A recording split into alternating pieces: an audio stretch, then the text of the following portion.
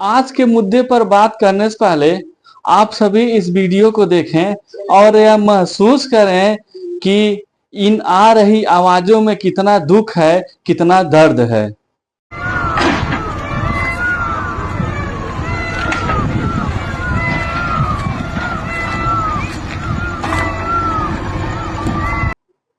तेलंगाना के हैदराबाद में स्थित लगभग 400 एकड़ में फैले कांचा गाजी वाला जंगल की कटाई को लेकर भारी विवाद खड़ा हो गया है।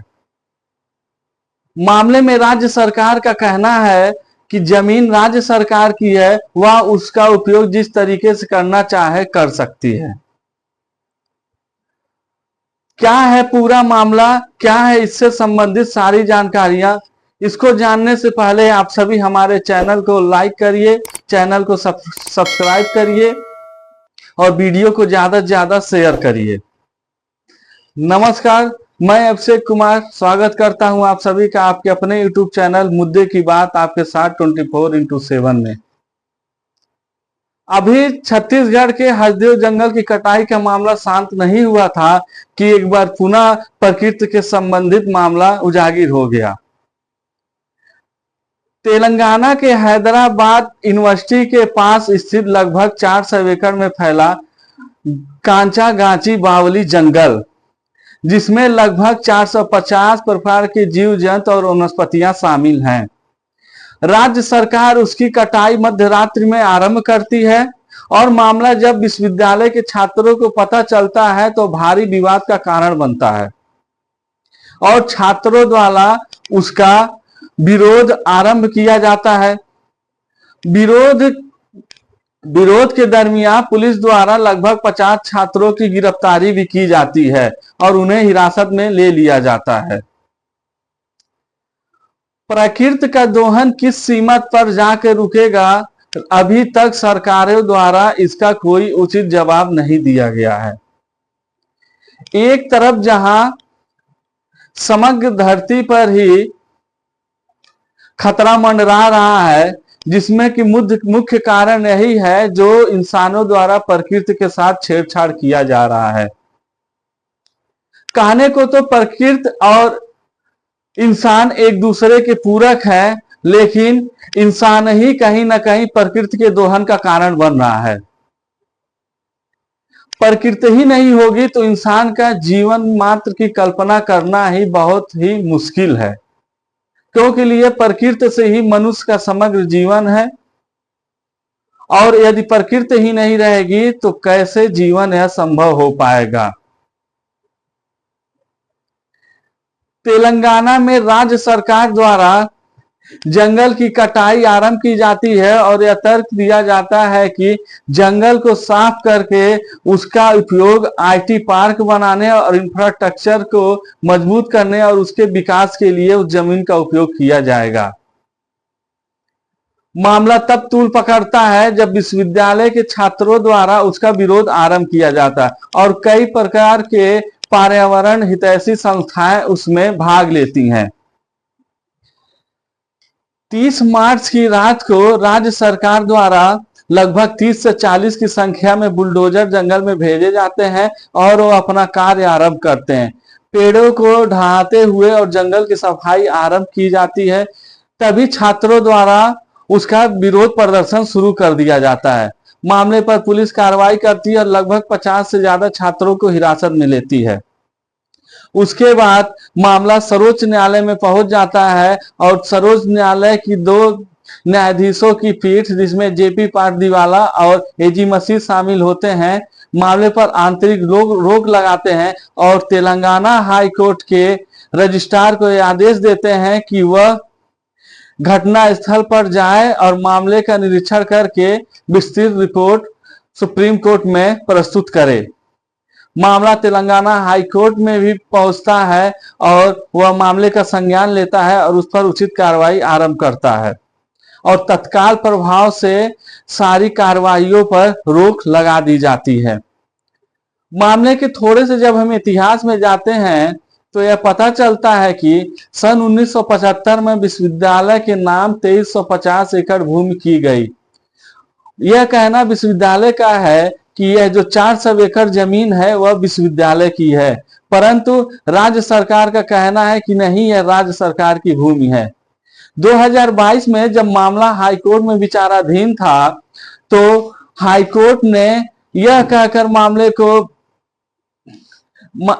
मामले में निर्णय दिया था कि विश्वविद्यालय के पास यह पर्याप्त सबूत नहीं है यह साबित करने का कि यह जमीन विश्वविद्यालय की है, और माननीय उच्च न्यायालय ने जमीन को राज्य सरकार के नाम कर दिया था।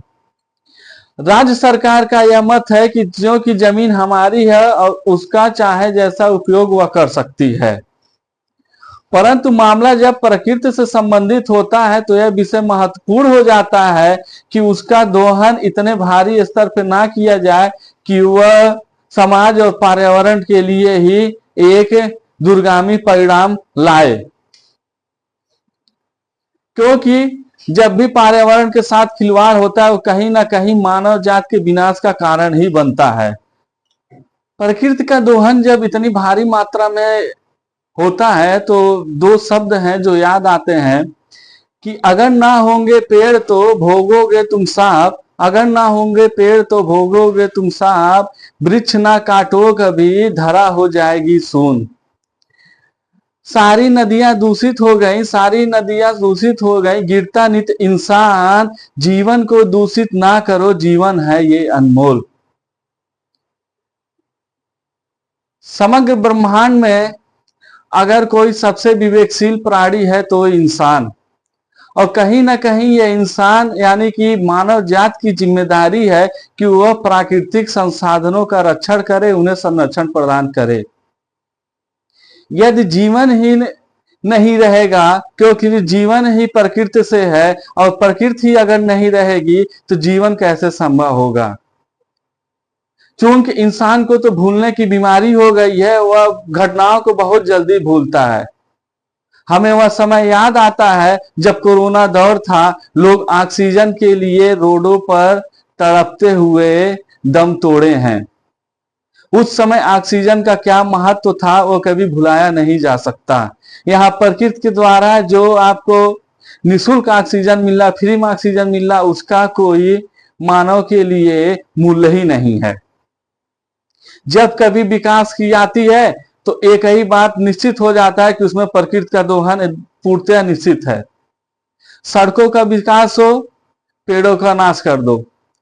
कहीं किसी प्रकार का इमारत का निर्माण हो, सरकारी कार्यों का किया जाना हो, वहां पर पेड़ों का नाश कर दो। किसी भी प्रकार का विकास हो, पेड़ों का नाश कर दो। विकास और विनाश में एक ही शब्द का फर्क है, तो हमें यह सुनिश्चित करना होगा कि विकास को विनाश का कारण ना बनने दें। दोनों के बीच में समानता होनी चाहिए। यदि विकास विनाश का ही कारण बनेगा तो निश्चित है वह समय दूर नहीं जब मानव ही अपने विनाश का कारण बनेगा। इतनी भारी मात्रा में जंगलों की कटाई एक चिंता का विषय है। जहां पूरी दुनिया ग्लोबल वार्मिंग जैसे कारणों से जूझ रही है, ऑक्सीजन की कमी हो रही है, तापमान इतनी तेजी मात्रा से बढ़ रहा है, ग्लेशियर पिघल रहे हैं, सारे विश्व के वैज्ञानिक चिंता में है, वहां पे अगर इस प्रकार का कृत्य किया जा रहा है तो ये बेहद ही चिंता का विषय है। और इसमें भी बड़ा दुर्भाग्य की बात है कि सरकारें राजनीति खोजती हैं। किसी ऐसे स्टेट में अगर काम किया जा रहा है जहां केंद्र में और राज्य में दूसरी सरकार है तो वहां तो राजनीतिक विषय बनता है और किसी तरह मामले में रोक लगाई जाती है, लेकिन जहां अगर दोनों सरकारें सेम है तो वहां मामले को दबाया जाता है। यह है भारत की राजनीति, जो हर क्षेत्र में तो है ही है ये, लेकिन प्राकृतिक क्षेत्र में भी हस्तक्षेप करती है। अरे भाई, अगर प्रकृति ही नहीं रहेगी तो क्या करेंगे आप राजनीति करके? जब इंसान ही नहीं बचेंगे तो राजनीति भी नहीं बचेगी। प्रकृति से ही सब कुछ है, प्रकृति है तो सब है, प्रकृति नहीं है तो सब कुछ खत्म। प्रकृति का संरक्षण करना होगा, सरकारों को सुनिश्चित करना होगा, जितनी संस्थाएं बनी है उनको सुनिश्चित करना होगा। जंगलों को जब कटाई आरंभ की जाती है तो एनजीटी खामोश रहती है, राज्य की एनजीटी खामोश रहती है, जिले की एनजीटी खामोश रहती है, न्यायालय मौन रहते हैं, सरकारें मौन रहती हैं। कभी कभार मामला अगर तूल पकड़ लिया तो पकड़ लिया, वरना सभी खामोश। मामले का राजनीतिकरण तुष्टिकरण ना किया जाए। कम से कम प्रकृति के क्षेत्र में प्रकृति का संरक्षण बहुत ही जरूरी है। तो हमने हसदेव जंगल की कटाई देखी। हैदराबाद का मामला अभी माननीय न्यायालय में विचाराधीन है। तो हमें सुनिश्चित करना होगा, लोगों को सुनिश्चित करना होगा, सरकारों को सुनिश्चित करना होगा कि प्रकृति का दोहन इस कगार पे ना हो। यदि विकास होता है तो उस विकास का माध्यम दूसरा कोई हो, और खास करके विकास में प्रकृति को किसी प्रकार के नुकसान क्षति ना पहुंचे, क्योंकि प्रकृति भी किसी का आशियाना होता है, किसी का घर होता है। जिस प्रकार इंसान को अपने घर टूटने का कष्ट होता है, उसे मलाल होता है, उसी प्रकार प्रकृति भी किसी का स्थान होता है, किसी का निवास स्थान होता है, और उससे कहीं दुगना दुख दर्द उनको होता है, क्योंकि इंसान तो अपने दुख को व्यक्त कर सकता है परंतु पशु पक्षी अपने दुख को व्यक्त नहीं कर सकते हैं। तो इंसानों की, सरकारों की संपूर्ण जिम्मेदारी है कि प्रकृति के साथ इस प्रकार का छेड़छाड़ ना करें और प्रकृति को संरक्षण प्राप्त करें। बाकी आप सभी को अगर हमारी वीडियो अच्छी लगी हो तो वीडियो को लाइक करें, चैनल को सब्सक्राइब करें और वीडियो को ज्यादा से ज्यादा शेयर करें और कमेंट के माध्यम से अपनी राय मुझ तक जरूर पहुंचाएं। बहुत बहुत धन्यवाद।